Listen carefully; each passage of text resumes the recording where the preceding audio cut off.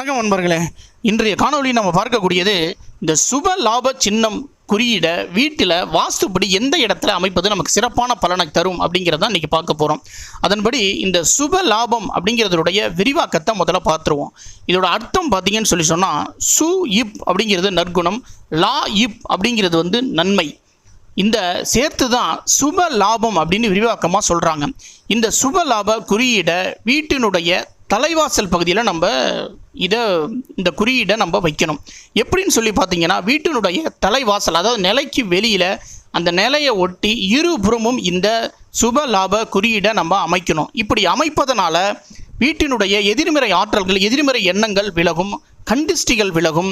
அது மட்டும் இல்லாமல் அதிர்ஷ்டங்கள் பெருகும், மங்களகரமான விஷயங்கள், மங்களகரமான செயல்கள், மங்களகரமான நிகழ்வுகள் தொடர்ந்து நடக்கும் அப்படின்னு ஜோதிட சாஸ்திரம் மிகவும் துல்லியமாக குறிப்பிடுகிறது. பார்த்து பயன்பெறுங்க. மறந்துடாம நம்ம சேனலை சப்ஸ்கிரைப் பண்ணுங்கள்.